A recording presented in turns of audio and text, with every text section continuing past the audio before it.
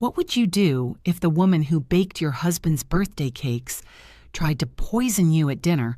I remember the exact moment I knew something was off. It was a Saturday evening in Richmond, Virginia.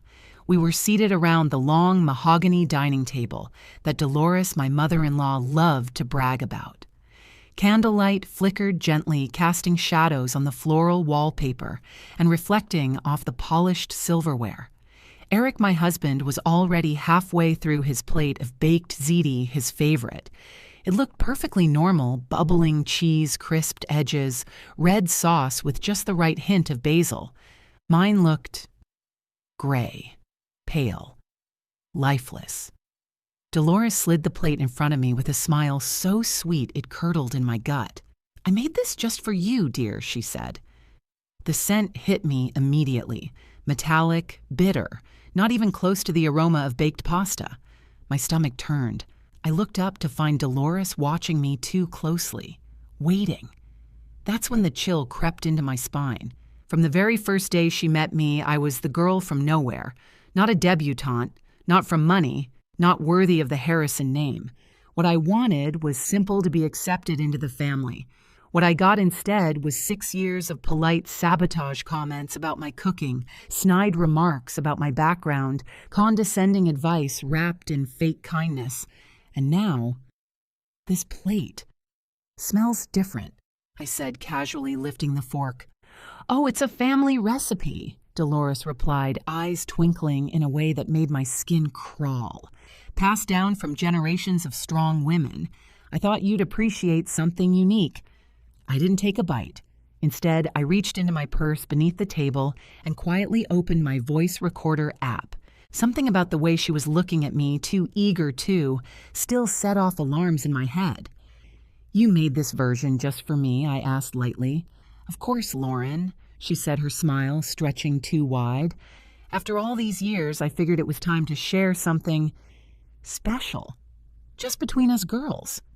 Her voice didn't sound maternal. It sounded gleeful, anticipatory. The fork trembled slightly in my hand. As I poked at the pasta, I noticed green flecks that definitely weren't parsley or oregano. They looked strange, almost synthetic. I leaned in, trying to identify the scent, but the closer I got, the more nauseating it became. Sharp metallic, like wet pennies in ammonia. Across from me, Eric was oblivious, scrolling through his phone with one hand and twirling pasta with the other. The contrast between our meals couldn't have been more obvious. "Eric's stomach is so delicate," Dolores said too quickly. "I wouldn't want to upset it. But you always seem so adventurous." I forced a smile and set the fork down. "That's thoughtful of you," I said. "Tell me more about the herbs. I've never seen anything quite like them." Her expression darkened just a touch, but her voice stayed syrupy. "Oh, just something I foraged," she said, from the woods behind the house. "Rare herbs, very potent. You won't forget them." I looked at her hands. They were trembling not from age, but from anticipation. She wanted me to eat. She was waiting for it. And that's when I knew this wasn't some quirky mistake. This wasn't an overly eager home cook showing off. This was premeditated. This was dangerous.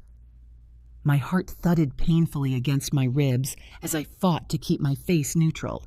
If I panicked, she'd know. If I refused, she might lash out. So I leaned into the act. "Did you say foraged?" "That's impressive," I said, twirling another bite and pretending to examine it. "I've always wanted to learn more about local herbs." Her eyes glittered. "Oh, I did lots of research," she said proudly. "Tested a few on those stray cats that hang around outside. Wanted to make sure they weren't too strong." My breath caught. Stray cats. Tested them. The way she said it, so casual, so unconcerned, made my blood run cold. Eric still hadn't looked up. Not once. I stood up carefully. "Excuse me for a second," I said. "Need to use the restroom." Dolores nodded her smile, not faltering for a second. I could feel her eyes on my back as I walked down the hallway. Once the bathroom door was locked, I didn't hesitate. I called 911. "My mother-in-law may be trying to poison me," I whispered. She served me food that smells wrong and admitted to using substances from the woods behind her house stuff she said she tested on animals. The dispatcher's tone shifted instantly. I gave them the address and added, "I haven't eaten it." I also have her recorded making some pretty chilling comments. "Stay on the line," they said. "Officers are on the way." I sent a quick text to my friend Danielle, an off-duty officer I trusted with my life. "Danielle, emergency, at Eric's mom's house. She's trying to poison me. Police on the way. Please come if you can." I flushed the toilet for effect, took a steadying breath, and returned to the dining room. Dolores's expression didn't change. "Feeling better?" "Dear, much," I replied, sitting back down and lifting my fork again. "Before I dig in, I'm just so curious. These herbs, you said they're rare." Her eyes gleamed. "Oh yes, most people can't handle them, but I thought you might be different." I gave her my brightest smile. "Well, I do love a challenge." Outside, I heard the sound of car doors slamming. Dolores frowned. "Who could that be?" she murmured, getting up to check the window. The doorbell rang. Then came the knock. "Richmond Police Department. Ma'am, we need to speak with you." Dolores turned slowly to face me. "You called the police," she whispered. I stood up, calm and clear. I certainly did. I wish I could say that moment calling the police was the first time I felt truly unsafe around Dolores. But it wasn't. It was simply the first time I had proof. The truth is, the signs had been there for a long time. I just hadn't wanted to believe them. The first time I met Dolores was 6.5 years ago. Eric and I had been dating for 5 months, and he invited me to his parents' home for Sunday brunch. I was nervous, excited, but hopeful.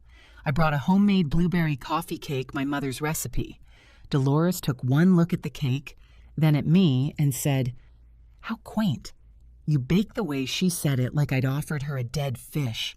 She didn't try it, not a bite. But she made a big show of bringing out her own little something, which just happened to be a fresh berry tart from a local upscale bakery. She wanted to make sure we had something edible, Eric told me later, laughing as if it were a joke. But it wasn't a joke. It was a pattern. Every visit after that came with subtle barbs, backhanded compliments. "Oh, Lauren, that blouse is fun." Or, Eric's used to a different kind of lifestyle. "It'll be quite an adjustment for him." At first I brushed it off. Eric loved me after all. Dolores would come around. She didn't. If anything, she escalated. About 2 years into our marriage, I started getting sick after meals at her house. Nausea, migraines, sometimes even fever. Always just me. Never Eric. Never anyone else. One night after dinner, I ended up in urgent care. The doctor said it was food poisoning. Could have been undercooked meat, he suggested. But Dolores had served a vegetarian quiche. When I told her, she gasped and clutched her pearls. "Oh dear, was the cream off? Or maybe the eggs weren't fresh. I'm so sorry, Lauren." I'm always careful, but sometimes things slip through the cracks. It sounded reasonable. Accidents happen. But then it happened again and again. The most blatant was last Christmas. She gave me a tray of holiday cookies she claimed were sugar-free. "I know you're watching your weight," she said, like it was a kindness. The first bite tasted wrong, bitter, like soap. My tongue tingled. Eric tried one and spat it out immediately. "Mom, did you mix up the sugar substitute?" he asked. Dolores smiled sweetly. "Oh no, perhaps I used the wrong extract. Vanilla and almond bottles look so similar, don't they? But the thing is, almond extract doesn't taste like bleach. I spent the next 24 hours vomiting." Dolores sent me a lavender-scented card with a note that read, "Get well soon, dear. Next year, I'll let someone else do the baking." I showed the card to my therapist a week later. "She's gaslighting you," she said plainly. "This isn't forgetfulness. It's malicious." But I still wasn't ready to believe that. Eric had been raised by this woman. She used to read him bedtime stories and bandage scraped knees. I didn't want to be the wife who drove a wedge between a son and his mother. So I stayed silent. I made excuses. I told myself I was overreacting. But deep down, I was afraid. Afraid that one day the accidents wouldn't just make me sick. They'd kill me. I started noticing strange things in her house. Her garden books opened to chapters on poisonous plants, a bookmarked page on common foraging mistakes, a sticky note on her fridge that said, "Check dosage for size." At the time, I chalked it up to her obsession with herbal remedies. She was always trying to play apothecary, making her own oils, growing special mint and lemon balm in the backyard. She had an answer for everything. "Oh, that note, just something from my yoga instructor," she said once, casually waving it away. "He's a holistic health coach, very intense. Looking back now, I feel stupid. I should have trusted my gut." That's the part that haunts me most, not just what Dolores did, but how long I ignored the alarm bells ringing in my own head. 2 months before the dinner from hell, Dolores invited us over for her herb garden showcase. She made a massive deal of the fact that she was cultivating rare plants with medicinal potential. I remember standing on her porch, looking at the potted plants lined up like little soldiers, and feeling a chill I couldn't explain. Some had no labels, others had names written in Latin. When I asked about one with deep purple leaves, she smiled and said, "Oh, that one's my secret ingredient. Only for special occasions." Later that night, I Googled it based on the leaf shape. The results, Digitalis purpurea, foxglove, used to treat heart failure in small doses, can cause cardiac arrest in larger ones, I told Eric. He laughed. "Babe, you're getting worked up again. Mom's not a witch. She just likes her garden." Now, sitting at her dining table with that poisoned pasta in front of me, I realized this wasn't new. This was the finale. The pasta was her endgame. The bitter cookies, the tainted drinks, the garden tours, they were just rehearsals, a slow burn. She had been testing my limits, training me to doubt my instincts, softening me up for the final performance. And if I hadn't recorded that conversation, if I had taken one bite, I might not have lived to tell this story. I sat there, my pulse pounding in my ears, the fork still poised like a weapon in my hand. Dolores's pasta dish sat inches from my face, its gray sheen catching the chandelier, light the scent growing more noxious by the second. She was watching me again. That gleam in her eye had gone beyond eager. It was hungry. "Go on, try a bite," she said, voice low and syrupy. "Tell me what you think of my special recipe." I forced a smile. "Just one more question," I said lightly. "These green flecks, they look so unusual. You really found them out in the woods." Dolores's mouth curled. "Oh yes, right near that old trail Eric used to ride his bike on as a boy. I did my research. Very selective picking." I leaned forward. Selective, how she lowered her voice as if sharing a family secret. I wanted to make sure they were just strong enough, not enough to hurt, at least not right away, just enough for effect. Effect. The word echoed in my skull. She wasn't even hiding it anymore. "What kind of effect?" I asked, my tone still bright, like calming, soothing. She tilted her head and smiled wider. "Oh, I think you'll find it unforgettable." My fingers clenched around the fork's handle. I reminded myself, don't react, don't show fear, keep her talking. The recorder in my purse was still running. I needed more, needed her to spell it out. "I wish I had your foraging skills," I said. "So many plants out there look dangerous, though." She laughed softly. "Only if you don't know what you're doing." I've had, let's call them trial runs. "Trial runs," I echoed. Her eyes flicked toward the garden window. "Stray cats. A shame, really, but someone has to test the waters." There it was, the confession. I blinked once. "And what happened to them?" "Oh, they wandered off," she said, waving a hand. "Laid down somewhere, I imagine." My mouth was dry, my stomach roiled not from the food, but from the horror. She had tested her poison on living creatures, not accidentally, deliberately, carefully. This woman, the one who sent hand-embroidered napkins for every holiday and insisted on family prayer, had been experimenting like some backwoods chemist with an herb obsession and a god complex. And Eric had no idea. He was still glued to his phone halfway through his pasta, as if nothing in the world were wrong. I felt like I was living in a parallel universe. How could he not feel the ice in the air, the darkness curling under Dolores's words? Then, the knock. 3 quick raps at the door. Dolores froze mid-sentence. A beat, then another knock, louder, firmer. Richmond Police Department.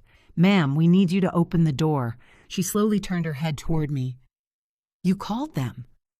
I stood up. Yes, I did. Her face contorted the sweetness, peeling away in an instant like flesh from a rotten fruit. You butch, she spat. You manipulative, pathetic. I raised my voice over hers. You admitted on tape to foraging toxic herbs and testing them on animals.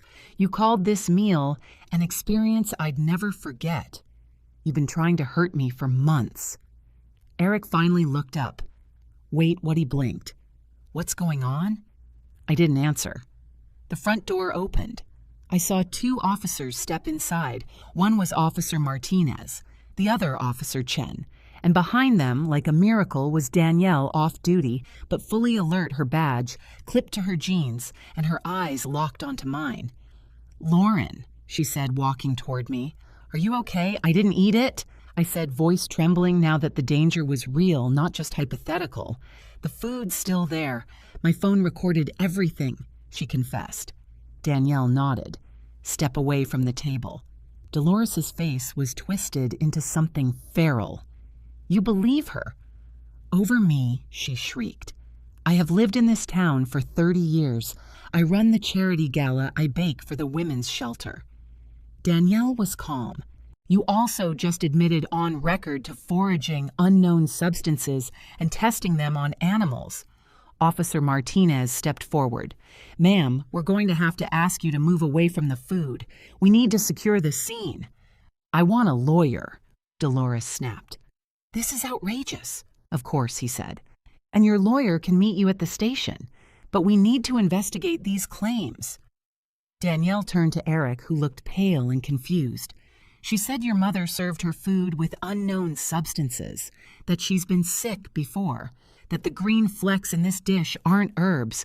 We're going to have the meal tested. Eric looked at our 2 plates, mine untouched and grayish green, his half finished and perfectly normal. The realization began to dawn. Mom, he said softly. What is this? Dolores turned to him with pleading eyes. Eric, she's lying. She wants to turn you against me. Eric pointed to the plate. Why does her pasta look different than mine? Dolores faltered. Because yours is mild. You always said spicy food upset your stomach. That's not spicy, he said. That's gray. Danielle stepped forward with gloves and an evidence kit. She carefully photographed both plates, then scraped samples into sealed containers. I need to call in hazmat, she said quietly to Officer Chen. We don't know what's in this. I watched Dolores's composure crack. The confident smile was gone. The sweetness had curdled. She looked like a cornered animal, eyes, darting, voice cracking. You people are ruining my life, she screeched. No, I said, voice calm but steel under velvet. You did that all by yourself. Dolores stood motionless in the dining room, her face pale and twitching as Danielle zipped up the last evidence bag. Her manicured fingers curled into fists by her sides, knuckles white with fury. Eric hadn't moved. He just stared first at the 2 plates of pasta, then at his mother, then at me. Mom, he said again. Quieter this time. What did you do? Dolores didn't answer. She kept flicking her gaze toward the officers, her chest rising and falling rapidly like a trapped animal, realizing the cage had already closed. Officer Martinez finished photographing the table, then turned to her gently. Ma'am, we'll be taking these samples to our lab for testing. In the meantime, we need you to remain here while we finish securing the scene. Dolores tried to laugh, but it came out dry and fractured. This is absurd. You'll see. It's all just a misunderstanding. Lauren has always been dramatic. I have a recording, I said simply. I pulled my phone from my purse, opened the voice memo app, and tapped play. Her voice filled the room. Let's just say they'll give you an experience you'll never forget. I found them in the woods. Very selective picking. I tested them on some of the stray cats. Someone has to test the waters. The room was dead silent except for the soft hum of the refrigerator and the sound of Dolores's voice, cold, confident, and damning. Eric looked like he'd been punched. His lips parted, his brow furrowed as the full realization set in. "You tested poison on animals," he whispered. "I was protecting you." Dolores said suddenly, her tone sharp. "You don't understand. She was ruining your life." He flinched. "You tried to kill my wife." The words hit the room like a grenade. "I did what I had to do," she snapped. "You were slipping away from me. I gave you everything, Eric. I raised you alone after your father died. I made you, and you threw me aside for her." I turned to Danielle. "There's more. She has books, notes. There was a spiral notebook in the pantry labeled Botanicals last time I was here." Danielle nodded and called Officer Chen. "Search the pantry. Top shelf. She's methodical. If she planned this, she documented it." As Chen disappeared down the hall, Dolores exploded. "You have no right to search my house. You need a warrant. You gave verbal consent when we entered, ma'am." Officer Martinez reminded her. "We're acting on a credible threat to life, and there's potential evidence of ongoing harm to animals and humans. Your cooperation is appreciated." Dolores let out a choked sound and slumped into the nearest chair. Her perfectly curated image had finally unraveled. Within minutes, Officer Chen returned holding a spiral-bound composition notebook with a floral cover. Found it. He passed it to Danielle, who carefully slipped on gloves and opened to the first page. Her brow furrowed. Then her eyes widened. "She wasn't just playing herbalist," Danielle murmured. "This is a research log." She held it up so Eric and I could see.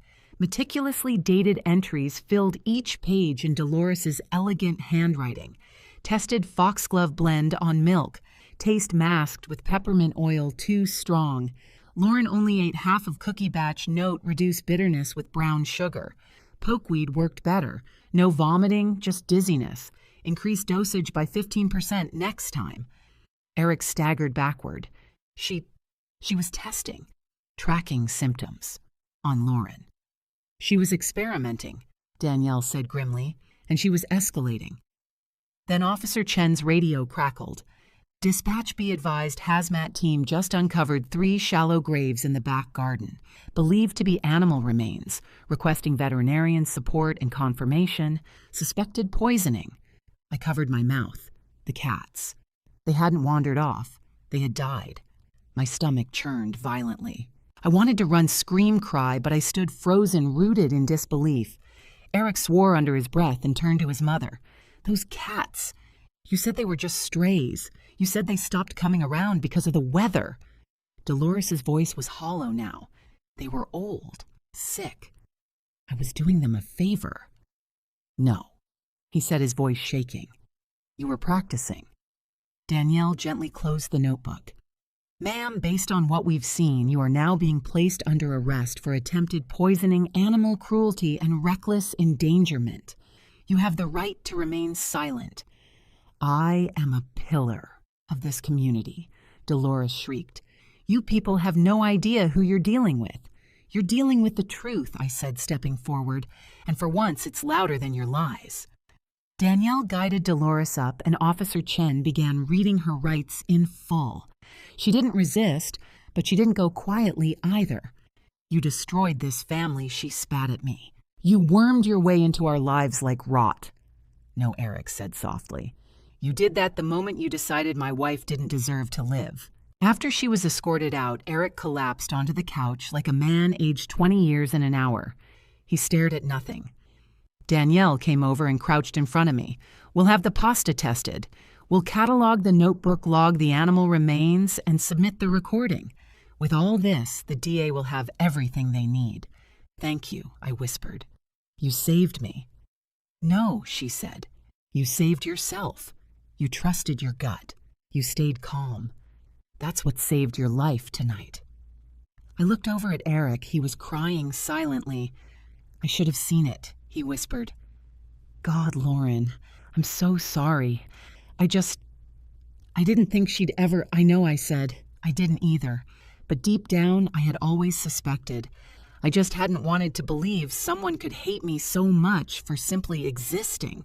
The story made headlines across the state before Dolores even saw the inside of a courtroom. Socialite mother-in-law accused of poison plot, baked ziti and betrayal in Richmond, woman records own poisoning attempt at dinner table. But none of the headlines captured what it felt like to sit in that courtroom weeks later and face the woman who had tried to kill me. Dolores Harrison had always been meticulous. Her hair was always perfectly styled. Her jewelry matched her shoes. Her voice was soft and measured until it wasn't. But on the day of her trial, all that poise cracked. She sat at the defendant's table in a pale blue cardigan, her hair frizzed at the temples, her eyes darting as the courtroom filled with spectators and press. Eric sat beside me. His suit hung looser than usual, like he'd shrunk in the months since her arrest. His face was gaunt. Exhaustion clung to him like fog.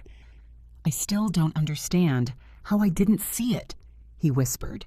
"I think part of you did," I said gently. "You just didn't want to." He didn't argue. The prosecutor began with the voice recording, Dolores's own words played back for the jury. I tested them on some of the stray cats. Most people can't handle them, but I thought you might be different.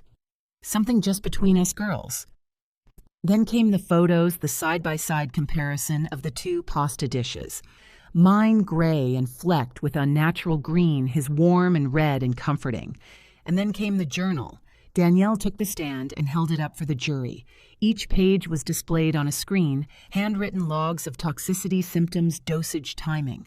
Lauren reacted to 1 TSP of pokeweed extract with dizziness and nausea.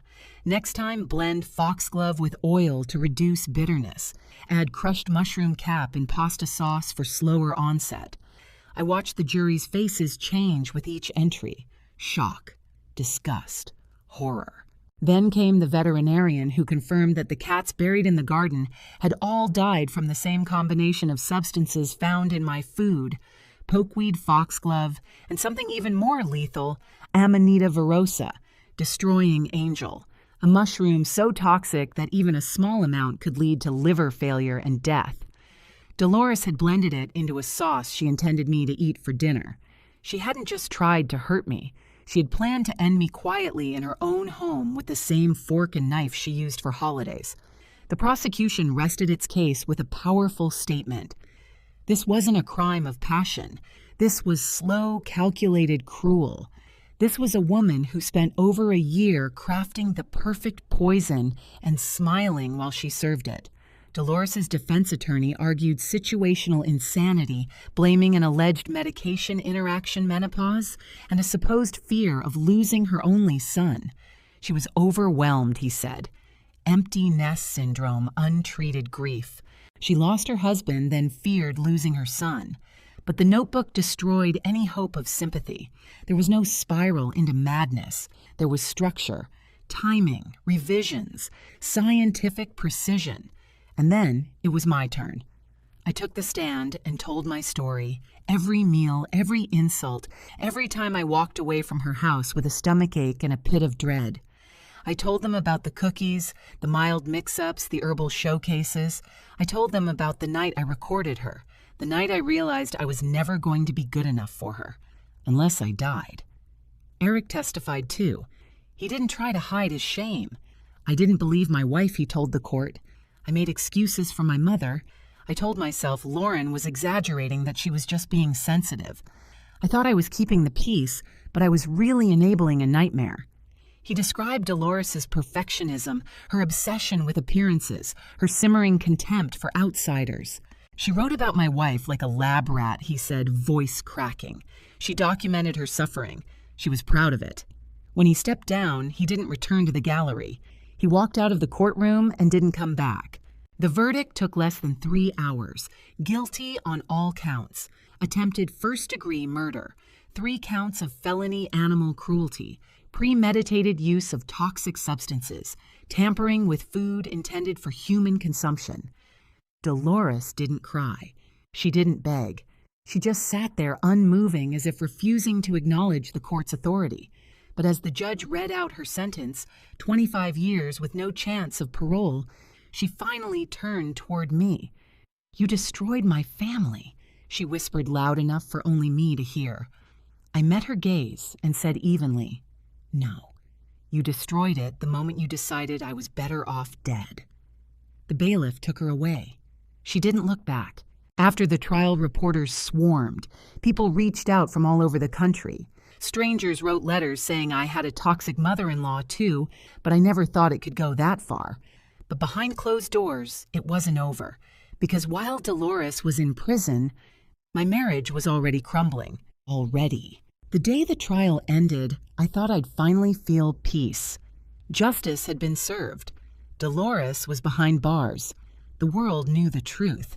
But when I returned home that night, the silence in our house felt heavier than ever. Eric didn't come back with me. After giving his testimony, he disappeared. Not in a dramatic way, just quiet. He left the courthouse with nothing but a single sentence: "I need time." I understood, but I also knew it wasn't time he needed. It was clarity, and maybe accountability. We tried for a few weeks. Therapy sessions, apologies, long conversations that always circled back to the same aching truth. For 6 years, he hadn't believed me.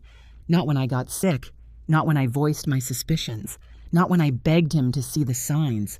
Instead, he'd told me I was overreacting, that I misunderstood his mother, that I was too sensitive, and every time he'd dismissed me, I had swallowed it down. I told myself he meant well, that it wasn't that bad. That I could manage. But that's the thing about betrayal, it doesn't always shout. Sometimes it whispers so softly that you don't even know you're bleeding until you're already on the floor. 6 months after the trial, we signed divorce papers. It wasn't dramatic. No fights, just quiet agreement. "I will never stop being sorry," Eric said, voice shaking, "and I'll never stop being grateful that you survived her." I nodded. "I survived both of you." He blinked, and for the first time, he didn't try to explain. He just nodded back. We parted ways in silence. I moved back to North Carolina, to a little town outside Charlotte, where no one knew my name or my story. I rented a modest house with a fenced yard and started over. For the first time in years, I slept through the night. The settlement from the divorce was enough for me to take time off from teaching. I'd been in survival mode for so long, I didn't remember what peace felt like. But healing wasn't a straight line. I couldn't eat anything I didn't make myself. I flinched when I saw anything green in food, spinach, herbs, even innocent parsley. I stopped eating at restaurants. I scrubbed my kitchen twice a day, and I had nightmares. Not of Dolores screaming or being arrested, but of her smiling, serving me tea, handing me a cookie, that saccharine voice whispering, "Just for you." It took time and help. I started therapy again, joined a women's support group for survivors of emotional abuse and manipulation. We called it the Gaslight Club. The first rule: if you had to ask yourself if it was real, it probably was.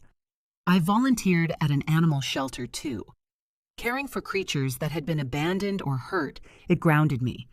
It reminded me that recovery was possible. There was a little orange tabby that arrived half-starved and shaking. I named her Clementine. She'd been dumped by someone who didn't want her anymore. For weeks, she hid under furniture, but eventually she climbed into my lap and purred. That was the day I knew I was going to be okay. I also started a garden, not for beauty or show, but for control. Raised beds lined the side of my house filled with herbs I chose myself. Basil, thyme, rosemary, nothing wild, nothing foraged. Everything labeled, everything safe. And slowly, I reclaimed my instincts. That little voice inside me, the one I'd been taught to doubt, to silence, to second guess, I started listening to it again. The same voice that whispered something was wrong with the cookies, the pasta, the way Dolores looked at me, the voice that saved my life. Sometimes I still get letters, reporters wanting interviews, women sharing their own stories, people asking how I knew. And I tell them the same thing every time: your gut is not your enemy. If it feels wrong, it probably is. Trust it. Dolores tried to poison me, slowly, methodically, with a smile on her face. But what she really tried to kill was my sense of worth, my sanity, my voice. And she failed. Because the truth found its way out. Because I documented, I recorded, I remembered. Because I stopped minimizing what I felt. Because I chose to survive and then to live. Looking back now, I know this. I will never be the same woman I was before Dolores tried to destroy me. I'm fiercer, sharper, less trusting, but more self-assured. I know how to protect myself. I know how to fight quietly. And I know that sometimes surviving someone's hate teaches you more about love than anything else. Love, I learned, isn't soft words or family titles. Love is action, belief, protection. And if someone refuses to believe you when you're crying for help, that's not love. That's neglect dressed in comfort. So to anyone out there still questioning whether what they feel is real, whether they're being too sensitive, whether the way someone treats them is just how they are, listen to yourself. You are not imagining it. You are not too much. You are not paranoid. You are being warned. And if you need to walk away, call for help, or leave a dinner table behind, do it. Your life is worth more than someone else's comfort. Mine was, and I'll never forget it again. Have you ever been gaslit or dismissed by someone you trusted? Did your instincts save you before it was too late? Share your story below. If this story struck a nerve, subscribe and share. You never know who might need to hear that their voice is worth trusting.